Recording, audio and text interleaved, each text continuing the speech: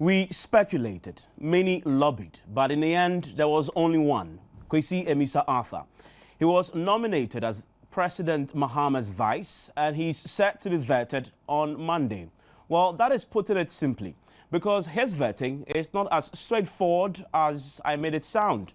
Two questions explain the complexity. Should he be vetted in a full glare of the public, or we should simply hold an in-camera session where the Public Accounts Committee members will simply put their questions to him away from the prying eyes of the public? You have heard the arguments, but tonight, wait for the final say here on Joint Caucus.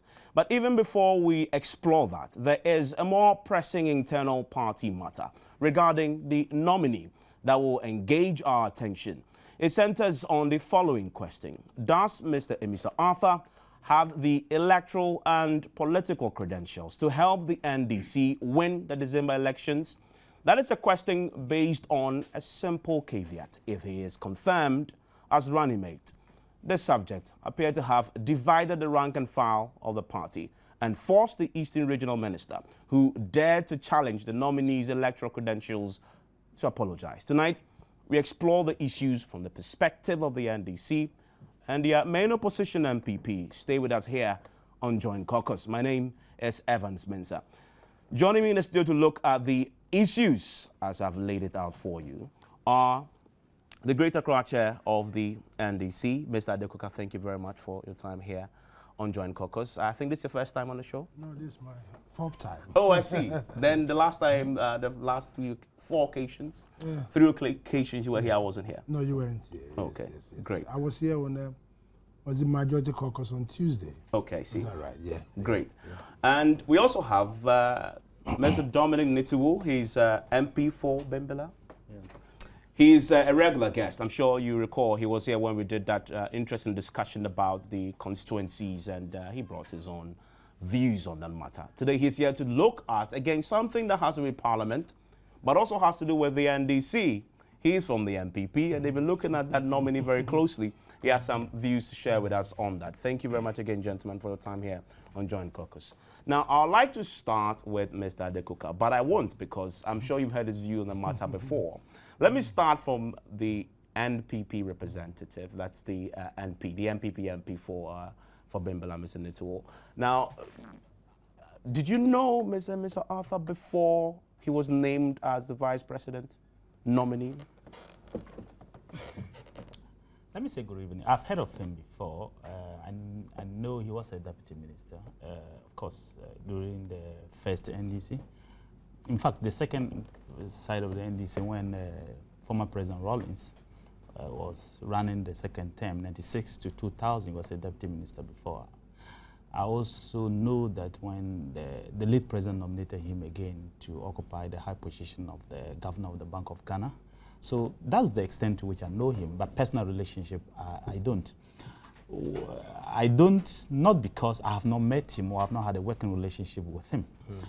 I'm a member of the Finance Committee, and you will know that we work very, very closely with him when it comes to the issues of his work side. I've encountered him on several platforms. I've traveled with him to Nigeria on this WAMSI, West African Convergence Policy. I've worked with him before there. He's come to Parliament to come and defend a few government policies when we need them. Anytime we call them on these banking things, he comes around. So that's the extent to which I've encountered him there. I have a smirk on my face because this is an NPP person talking about the solid technocratic credentials of his main opponent. But that's the way I can go, and that's the extent to which I can go. It's difficult to take away that. It's just like Dr. Baumia. It's difficult to take away the solid credential when it comes to the technocratic mode or credentials that the person has. You can take it away. That is not to say that he was very perfect on the job. There are. As we go into no, not at all.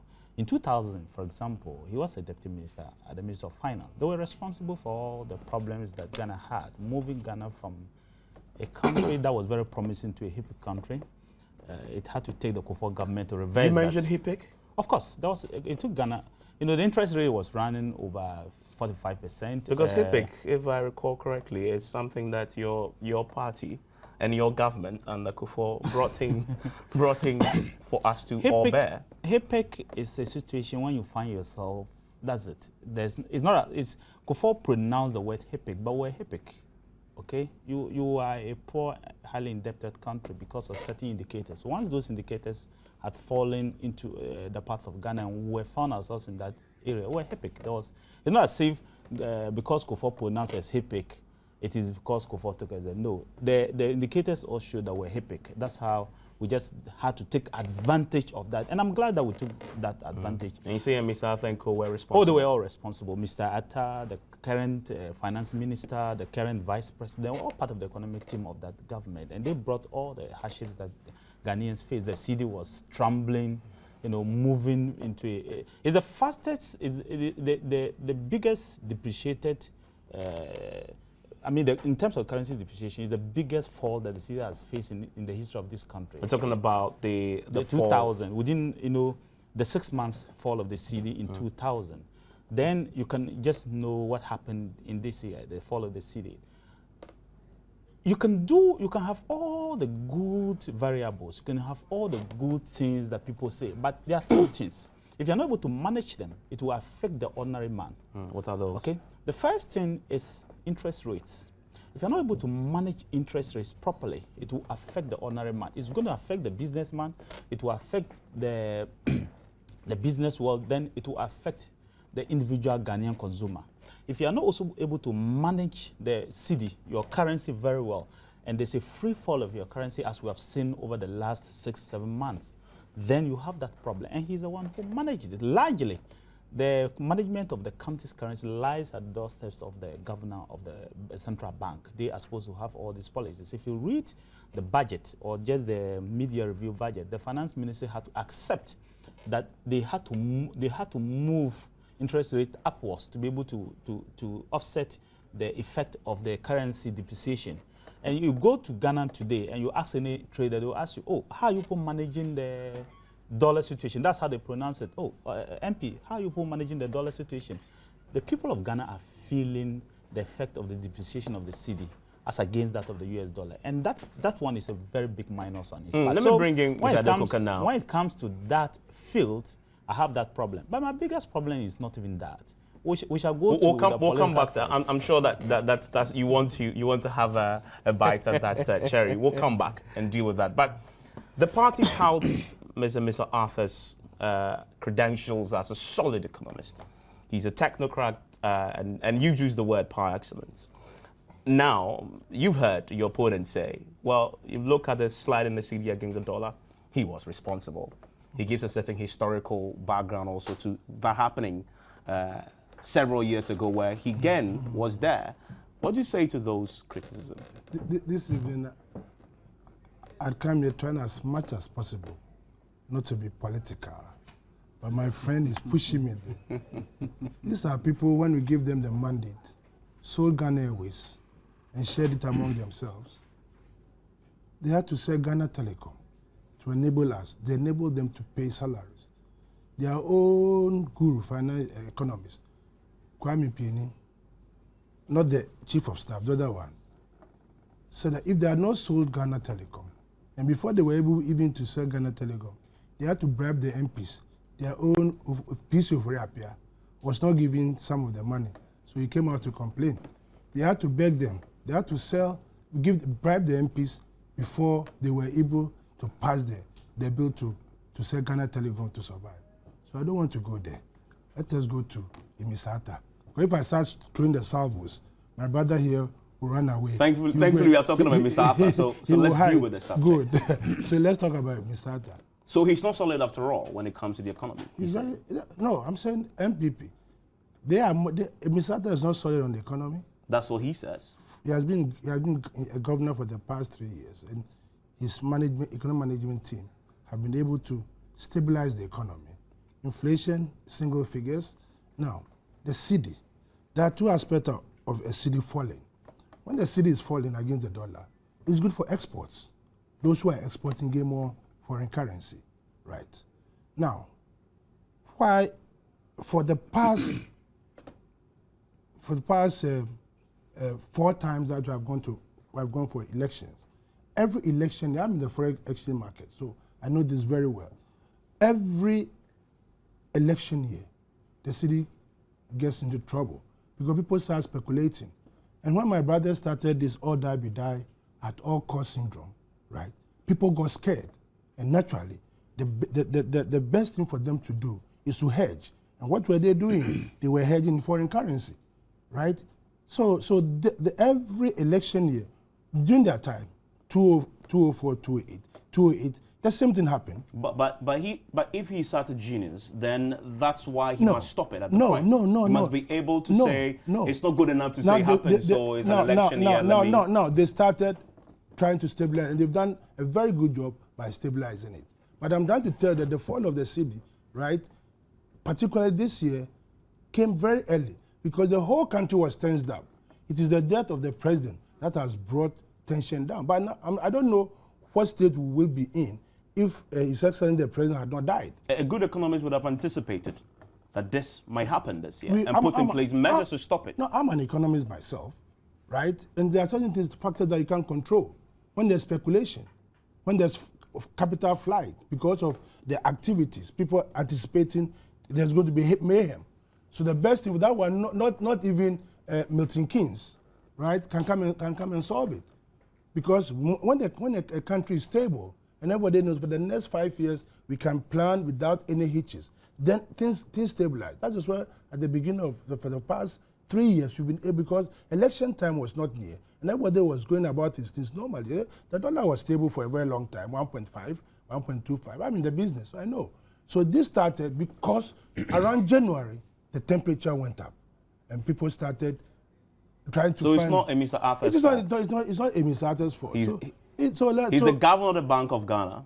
I'm just telling you. And they put in place 4 measures somewhere in April to try and deal with the matter. When it failed, some suggest. I'm just telling you that in an election year, look, I'm telling you that if the president had not died, I'm sure by now the dollar would be about 2.5, 3 cities.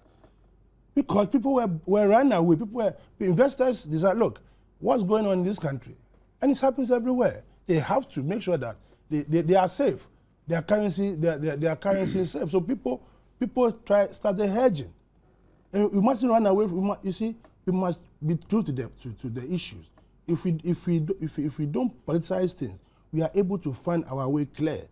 Right? So that is one of the major causes of the free fall of the dollar. Mr. Nuttall, in 60 seconds, really, the point he makes is you cannot blame Mr. Arthur for the slide in the city because there are external factors that you cannot control sometimes, even as an economist. First of all, I take exceptions to some statement that he made when he said that they bribed the MPs. Nobody has been able to prove conclusively that they bribed the MPs. I think that you are a chairman, and if you do this, somebody will take you on. I'm sure that if I were, Chairman. I'm sure if I were an MP at that time, I would take you to court. Okay, so quick first point you made. I want to correct you. I didn't say that.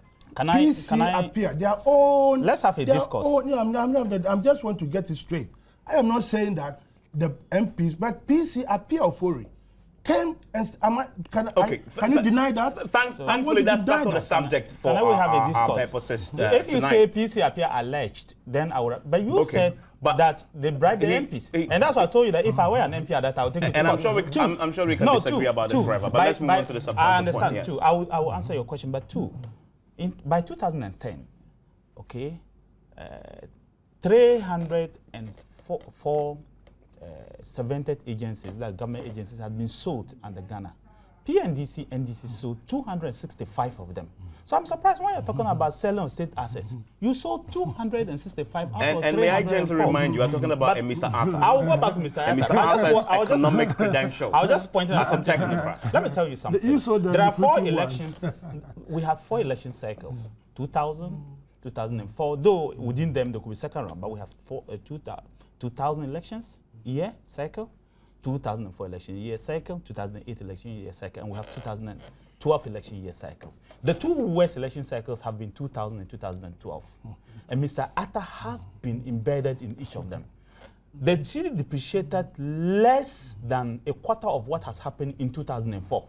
Is it fair to blame him for all that when you know the external No, process he is was not part of it. He was a junior officer in 2000, but this year, he's been a senior officer. And I'm telling you that all the main actors today, Mr. Atta, the finance minister, the current president, and even the late president, were the four principal officers in 2000 and 2012. And the city has been falling. MPP has been in power 2004 election cycle and 2008 election cycle. The city did not depreciate up to this. If you are a good economist, excuse me, if you are a good economist, you will know in an election year, you are going to have the depreciation of the city. You have pressure on the city. People will speculate. So you prepare for it. Is that a fair point? I don't think it's a fair point. Every election year, there's pressure on the, in this particular year, the mantra of the MPP, all die be die. I talk of, well, woman, people should take positions. Those things frighten people in the system. Because I'm in that business. People got frightened when they come to my office, hey, what is going to happen to that was the mantra of the MPP forced this situation. We cannot run away from that. And so not, any economist who will have anticipated that we'll have a problem when there's a seemingly a tension in the country and people are feeling like, look, let me hedge my 2008 election. Most people left the country. Most people left, even one of their members had to go outside the country and came. He was the last person to be sworn in because they realized, look, let me play it safe. Let me go outside. If the country is quiet, I'll come back. And these factors, really, the way we do our politics, if we tone down the language and do on issues, right, without trying to bring out the fault of the other person and wanting to make your case look good, then we'll have a problem. So that's Mr. Arthur on the economy. Let me ask Mr. Nitiwo, really. I mean, when you first heard the name of Mr. Arthur, did you guys in the MPP say, hooray? No. This is a man we are going to whip if he's confirmed as a running mate. I think that, first of all, we got information that they were settling on Mr. Atta, I think about 4 or 5 days before the announcement. We had to quickly do our homework because we asked ourselves, if we were NDC, why should we choose this man? And the answer was very clear. They want to take an electoral advantage of maybe Western region and Central region and then appeal to the middle class. We did the dynamics and we realized that, his swap analysis does not favor the NDC when it comes to his electoral assets. So for us, we concluded straight away that he's not an electoral asset to the NDC. And I'm not surprised that the General Secretary and the Eastern Regional Minister of the NDC were clearly out, not the General Secretary, the Deputy, the National Organizer, were out there saying that, well, they don't believe that he's already the running mate and that they should wait till maybe they nominate him before they know what to say. And the Eastern Regional Minister was very blunt to say that he's not an electoral asset to the NDC, and for that matter, they may not agree for him to be the running mate. If he wants to be the vice president for the unexpired term of the late president, yes. But for the NDC as a party, they may have to be looking for somebody else. We don't think he's going to bring anything new in terms of electoral success to the NDC. Why? But that does not mean that we are writing off the ticket, not at all. That does not mean that we are saying that, Mr. Nito, let me challenge you a bit, because this is a man who had been at the grassroots way back in the 70s and 80s, helping the PNDC mobilize. He was with the a youth group, something called the NDF. Then he again became the deputy finance minister and had been part of preparing the budget for years, decades, and organizing the grassroots and the foot soldiers. How can somebody with that sort of background and track record not have a solid electoral credential? First of all, when you go to even his home region, the central region, and you go to maybe maybe even the Gomoa areas or the Agona areas, or maybe even the northern part of central region, and you say Mr. Atta, does the name ring a bell to many people in the area there? Nobody has done a survey to determine No, I'm that. coming. We have done it. No. You have done a survey? Of course, we have. In a space of what? Remember, let me tell you, remember 48 hours since he was named? Remember something, that the structure of MPP allows us to do a survey within 24 hours. That won't be scientific, would it? Very scientific. You know why? We have 5 people at every polling station. Okay? We have 5 people at every polling station who are executives of the party. And where the Ghanaians will normally say the assembly area, that is the electoral area, we have an individual who's managing all this. They move that to the constituency level. So if I take my phone today or a text message and send a message and say, look, I want you to listen to what people are saying at your polling station, all the 5, zone yourselves and listen to what people say, I get a feedback very quickly. But I can tell you that it is their NDC matter, not our matter. Whether the man is an electoral asset or not is their matter. But for us, it has not posed any threat to us at all. The value is the same. Whether it is President Mahama and Mr. Atta or President Mahama and another person, the value is the same. The NDC has not managed the economy well. The NDC has brought a lot of untold hardship to the people. The 4 months, 5 months they're going to be in power will not change anything. And for us, we think that when it comes to elections and you go to Bimbila, you go to the northern part of Ghana, you go to the western part of this country, you go to Branhafo, you go to Ashanti, and you were to say, well, Mr. Atta is a running mate. Are people going to say, well, I was NPP because of Mr. Atta, I'm going to move to NDC? No. You're not going to get that. Let me bring Mr. Coker. And this is a view expressed by Mr. Victor Smith. And before he went public with that particular issue, we've been speaking to some foot soldiers, ordinary NDC activists in the Eastern Volta regions who were also very much concerned. He had apologized, we know that. But some may say he said the right thing, but maybe he used the wrong forum. He said the wrong thing in the first instance. And I don't expect my brother sitting here to tell me that Emisata will mean anything to them. It's politics. It's at liberty to say that. But your own man, the Eastern Regional Minister, says he can't win you the election. The Eastern Regional Minister, we know why he did that. Why? He was a candidate. He was lobbying for the position. He never got it. And that informed his opinion because he felt slighted. So he must say something. Right? That is why he has come to realize what he did was wrong. Because he was somebody who within 2 days had a youth for Victor Mills, clamoring for the youth to recommend him.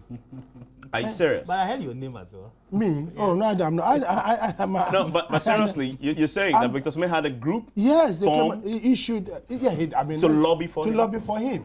I mean, I say it as it is. And he didn't get the nod. So he felt aggrieved. And that's the fact of the matter. Right? Mr. Atta, like you said, was part of the movement who was fighting a Champions regime on the campus, Legon campus. The lecturers who were always fighting a Champion regime. He has been in the trenches. In the Central Region, he's a member of the Central Region Caucus. And 2008, wherever President Atta Mills went on his campaign trail, Mr. Atta was there. All over the country. You see, yesterday I was saying that there are 2 strands of politicians. Someone like Nitiwu is a platform politician. Can come on a platform and throw his hands and make all manner of statements. Or a TV politician can come on television and make all sorts of assertions. And the people who stay behind at the background. I take myself, for instance. I joined NDC around 1994. That's the time I joined NDC. But nobody knew I was in NDC. I was behind the scenes. Myself, Minister was, they were the people who were in front. We were behind. I've been with Professor Atta Mills so many occasions, right? But I never went on the platform. So when I was going to contest for the regional chairman, just as it came up. Oh, but we don't know Mr. Adekoka in NDC. Oh, we don't know him in NDC. We haven't seen him. What is his contribution? I went and I won. Because those who know my worth, know my worth. Those who know, there was no need for you to come and stand on rooftops and shout. Mr. Atta has been there, and like Giti Mensah said, they started with him. The foundation of NDC. Those who have come now probably don't know because they don't know the roots of the NDC. But he has been there from day one. PNDC secretary, deputy secretary for NDC 1, He was the deputy minister. Mr. Cook, I made the point yesterday that politics has changed a lot since the 1970s and 80s. But then, it's not the same. But then, it's like you having a book. You haven't even read the book and then you condemn the book. You look at the front page and you condemn the book. Now that it has come to the forefront, right? Now you see the stuff that is made of. And that's important. When Muhammad Aliyu was chosen, I didn't know that he was the contractor in Tamale. I never knew. But nobody knew Aliyu Muhammad. But he came on board and he was working. Nobody knew Aliyu Muhammad, we thought was even NDC. Because later on, found that the NDC government was giving contracts. But he came to be the vice chairman, a vice president candidate for MPP. So when you say, I don't know anybody, it is a perception that you believe that you want to say that to convince yourself. But you also admit that winning an election, a lot depends on the grassroots, the foot soldier. And I'm saying those are the kind of people who say they don't know him. In Greater Accra, they need to accept him for you to win the elections in December. I've never met any foot soldier in Greater Accra where I happen to be the regional chairman telling me they don't know Ms. Atta. That is in Greater Accra. I'm telling you where my domain, you say people in Volta region and Eastern region. And I'm also seeing people in Greater Accra are rooting for him. Do you know the message that I've got through? I can let you start reading them. That's the best choice. The moment it came out, people were sending messages to me that. And these are ordinary people, ordinary NDC activists. They are not NDC official holders. These are ordinary NDC supporters, the full soldiers that you are talking about. You see, don't let's bedevil the issue. He's a good material. You cannot take it from him. But will he win the elections if you confirm him as your running mate? He's going to win us the election. He's going to win us the votes. Can you, anyway, let's clear this. Are you confident he's going to be confirmed as a running mate? We are not good. Once he has been appointed and nominated, he has been nominated and appointed by Parliament, I don't see why we shouldn't carry on with him. We're not going to do experiments. We're not doing an experiment. He's come on board. It's a true and true. He has been nominated as a vice president. Yeah. Now we are going to take a flag bearer. When we take the flag bearer, some of us in the party who have a say are also going to make recommendations that we stay with him. But with this grumbling currently starting going on in the party, the grumbling is dead. And if it comes to a vote, for example, at where? Maybe at the National Council meeting, the NEC meeting, for example. Don't worry yourself. All the 10 regional chairmen are going to issue statements supported because they know him. And we are the constituent of the party in the region. You have been whipped in line. Nobody is whipping us. Nobody. Me, who whip me in line? Nobody. Yeah, the Eastern Regional Chairman. Can you whip him in line? The Central Regional Chairman. Well, he was summoned to the castle. Who? And the Eastern Regional Minister. Maybe. Chairman. I'm talking about the chairman. Well, but Eastern Regional Minister who dared say anything was summoned to the castle, was whipped in line. He apologized. No, you are saying that we are being whipped in line. I'm telling the regional chairman. I'm talking about my regional chairman who are not, they are not minnows that you can whip them in line. If you push the argument to anybody who wants to dissent, following what happened to Mr. Victor Smith. The president has spoken. And as a party, once our president speaks, if even we disagree with him, we have to do that in chambers. Right? And as far as I'm concerned, and I know, I've spoken to most of the regional chairmen, and nobody, we applaud the president's decision, and all of us are going to support that decision. And we are going to ensure that when we go to, September, when we confirm President Mahama, he has no other place to look. He's got an NDC man already with him, who has got all the qualities that we talk about, to continue. Mr. Little, you also seem to have a certain challenge, because this is a man who was the boss of the man who is now your running mate. He knows, if it's the economy, some may suggest, he probably knows more than your running mate. And indeed, he comes with a certain track record that even Mr. Bawumia does not have.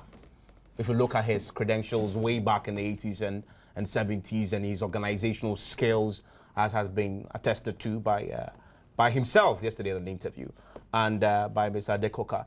So when you pair him against your running mate, some may suggest that your running mate will come out with bruises all over him. I don't know what you mean by boss. Dr. Bawumia has not worked under him before. Maybe it's because you say he was governor, but these are appointive positions. He can be appointed as to any position anyway. even as the vice president of this republic. So that one has nothing to do with he being boss or not. But look, let's look at what the international community has done to both of them. Dr. Bawumia, even when he left the shores of Ghana, he was being chased all over the world. Offers from left to right, from the IMF to the World Bank, everybody was chasing him. That tells you the caliber of the person who we are dealing with when it comes to Dr. Bawumia. But we talk about electoral credentials. No, I'm coming. So when it comes an ability to win no, votes. No, listen, when it comes to the individual qualities of the two, please, I don't want to compare them, but I can tell you that the two are way apart, they're poles apart. The experience they have gathered are poles apart. Where Dr. Bawumia is better than... Oh, please, you know it. That's why I told you that the international community, he was deputy minister. Is that how you're judging? Oh, I'm not judging them. Based on international community's acceptance of... Listen, Dr. I'm not Bawumia. judging them for political sake. I'm not judging them on their academic. I will go to the politics because look, That's where I wanted to go, because that's more point. important because he's already choosing a running mate for the vice president, because the vice president can decide today not to choose the president can decide today not to choose his vice president as a running mate. He could decide to choose Mr. Adekoka. So he is already choosing somebody for the president today. I don't want to go to that line. Well, he said he knows something that you and I said. What Victor Smith did, that's exactly what he's also doing. What is Excuse that? me. The president has not been confirmed as a candidate, and so he doesn't have a running mate. He's here to put up a name.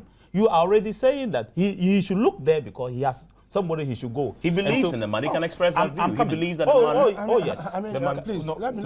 when it comes to you, This kind of trend of when it comes to you will do. But let me tell you something. When it comes to the electoral address that for me. fortunes of this, Dr. Bawumia has gone steps ahead of him.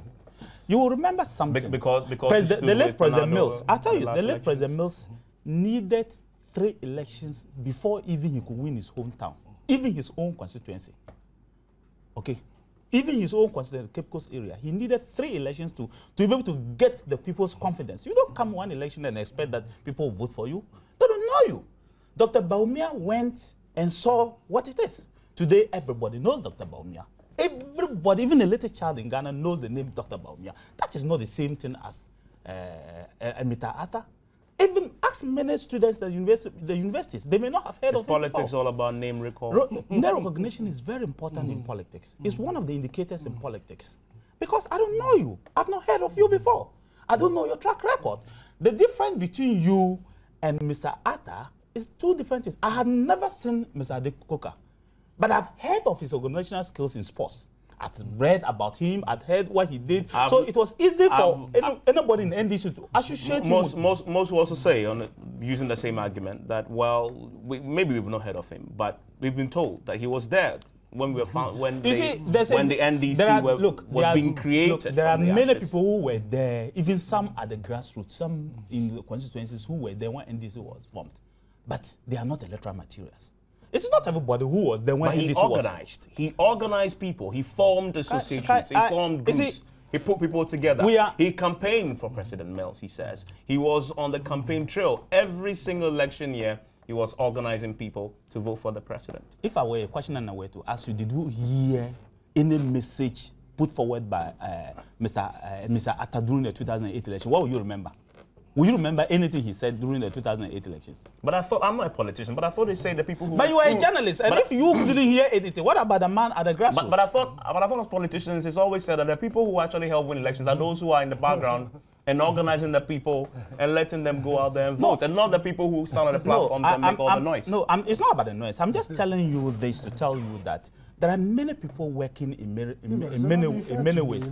But when I'll come to you. I'll give you the rest of the time, indeed, and then not the rest of the time, but I'll give you a lot of time to respond to this. Less than 4 minutes. So no, you should wait. He'll get his. He's itching to speak.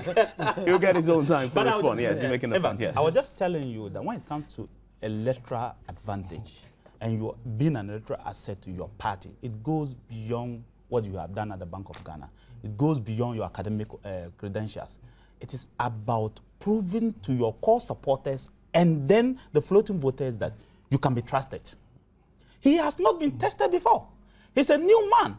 Remember, this is the first time that President Mahama will put himself forward as a presidential candidate. People were voting primarily for the late president. Okay? Maybe some would have said, well, it's a team, so let's look at it. But I tell you, in Ghana, people vote for the president more than even the running mate. Mr. Coker, let me bring Mr. Coker in now on this point, because I think it's another key point that maybe has not been explored enough. Because the point he's making, and some analysts have also expressed the same view, is that you need somebody who is already known, not because he might bring or might not bring a vote, but because in your case, you have a very peculiar circumstance in that the person himself who is leading the ticket, he's somewhat new. He's been there, is there by default. And so you need somebody who can complement him and will do that in a way that you cannot Even challenge. before I address that question, when Ali Mahama came on board, nobody knew Ali Mahama, like I said earlier on. And they embraced him. Ali Mahama was not a full soldier. Neither was he a rank and file member of the MPP. I understand they even had to find a card for him. Chairman, I don't think so. Let me finish. No, let him finish. You can't profanity, don't say. I said it is alleged that because all of us knew Ali Mahama to be an NDC functionary. His very good friend is one of this boy. What's his name? Abu RTU. He was part of the RTU network in the Tamale, the northern region, and he was governed all the place with the NDC guys. So it was even the question was asked whether he had an MPP card, but he came on board. So the argument that you are not known does not hold sway, because you yourself brought somebody who was not unknown and he came to partner President Kufuor and they won an election. But don't you think there's a special case? I'm coming now. on the point. No, now on the point. President Mahama has been in politics for a very long time. He was an MP from Bole, 1996. But he's never been a flag bearer. I'm coming. If you are asking, if you want to go on the argument that you must be known before you are elected, then Mahama has been known since 1996 in Parliament, being a communication minister, deputy communication minister, running mate, and then president, and then now. So what are you talking about? You see, you can't have your cake and eat it. The crux of the matter is that you don't have to be known nationwide before you go and do a run for a position. The fact that you've got the competence, and people will, after you've been brought, after you've been nominated, people will then sit back and look at you, the person, and look at your strong points and your weak points, and see how marketable are you going to be. Because nobody can emerge just like that. You have to be in the doldrums to work within the system. The system then recognizes you before you are thrown on board. So this argument does not hold. What we are saying is that we have brought up, and he was saying that I've chosen a presidential candidate, a running mate for the. In my capacity as the regional chairman of NDC in Greater Accra, that is what I would suggest. And I don't break any bones about it. For me and my followers here, that is we are going to tell the president when he comes on 1st September, when he's declared the flag bearer, we are going to, in our opinion, we think this is the person you have to come. Because he's an NDC person, he's been there, whom are you going to bring again? Those who want to come, they can wait for their turn. I'm not choosing for him, but that is an opinion I'm going to share, and I share and I'm not ashamed of saying that. We're still dealing with a subject that I'm sure you are very familiar with, but this time, although we are still talking about Mr. Arthur, we're talking about a different dimension to this whole discussion about him. On Monday, we are told he is going to be vetted. That is after a lot of people, both within the NDC and MPP, disagreed on whether it should be in camera or it should be in the full glare of the public. For example, an MPP person like Osafo Marfo says he doesn't believe the right thing to do will be to put him into in front of the cameras and ask him all those tough questions. Others have disagreed with that view. Let me get a quick word on this from across the table. I want to start with Mr. Coker on this. The parliamentarians have decided he's going to be vetted in the full glare of the public. Do you approve of that? So I think we should look at best practices. You know, and our constitution is a hybrid. We took the Westminster type of governance. That's why we've got the parliament. And then we took the American governance, where they have a presidential system, right? And I'm sure that when the framers of the Constitution were writing, they will have taken the Constitution of the United States and also the British Constitution, having tried previous ones which had failed. And when Kennedy was assassinated and Lyndon Johnson became president, the prime minister, the vice president, I think was Bill Agnew or somebody like that, just went to Senate and was approved. There was no vetting. When Nixon was impeached and Ford became president, the vice president was approved by the Senate on recommendation by the... And just across the street, Nigeria here, when Yar'Adua died and Jonathan became president, the Atiku, is it Atiku or somebody, was made the vice president. Nigeria still just approved. There was no... So best practices. And the frame he sees in parliament, when you read the constitution, it says prior approval when he has been nominated. Their definition probably says that they should go for vetting.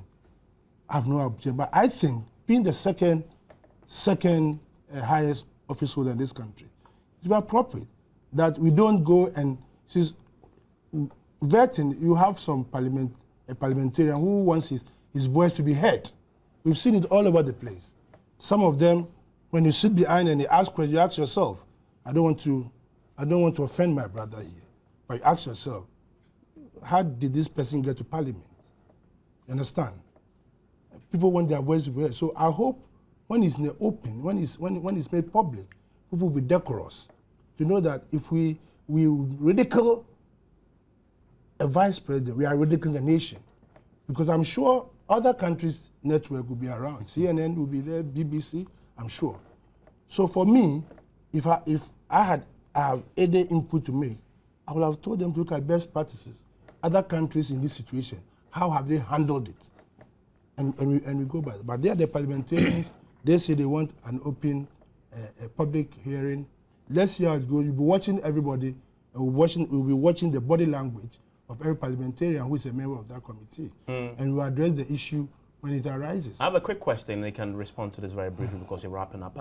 Some suggest that the reason why we need to do this is because this is a man, if confirmed, can become the president because the Constitution makes provision if the president travels, for example, he will become the president. We haven't voted for him. That's right. So we should vet him. Yes.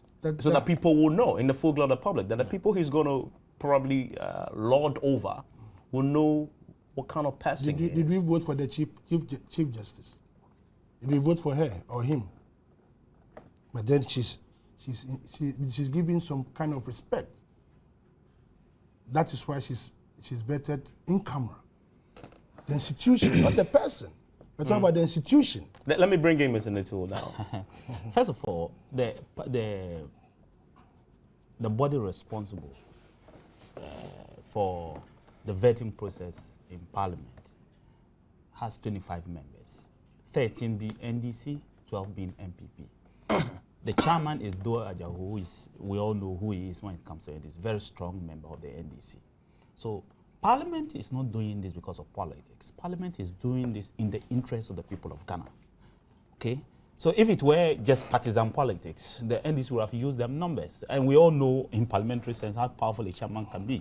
So it is not about politics, it's not about MPP, NDC. It is about the interest of the people of Ghana. We have a vice president who has not been tested in any form, who has not been tested by the people of Ghana. The representatives of the people of Ghana have taken the decision that we will test that person for and on behalf of the people of this country. You could have done it in camera. coming. done the same questions, I'm coming. asked him all the tough I questions guess you want to that do the this. chairman says that Mr. Atta is very capable, Mr. Atta can handle everything. So I don't think that should be a problem for him. Not at all. Not at Excuse all. me, excuse me. We're Can I wrapping up, finish? so let him I don't think that should be a No, problem no, for him. not at all. Not at all. Let me tell you, Ghana is the envy of many countries. We're not copying for anybody. We are setting our own standards. Our standards are that executive positions will be vetted. It is not about the Chief Justice. That's not an executive position. Okay, there are three arms of government. We have parliament, we have the executive, and then we have the legislature. The legislature, you go and campaign, and the people vote for you. Executive, the president campaigns with his vice president. The people will assess you and vote for you. If you are going to be a minister, executive position, then the people's representative must vet you. The past president has not had that opportunity. Once he's going to be the vice president, the representative of the people of Ghana would assess him through what that public. So that's why we are going to vet him. That's why we're going to vet him. After that one is still and dusted. Nobody's going to ask him. Let me use the word, excuse me, silly questions. No, they are questions that the people of Ghana have sent to the people, the MPs. They've sent it in the form of memoranda because they have asked them, and they will ask him his questions. They will ask him questions on his track record. They will ask him questions about himself as an individual. They will ask him questions about what he has done in the past. If he has some cobwebs, they will ask him questions. Okay, I just want to say a big thank you to you, Mr. Electoral. No problem with that. And I like the last smile they exchanged among themselves. But thank you very much, gentlemen.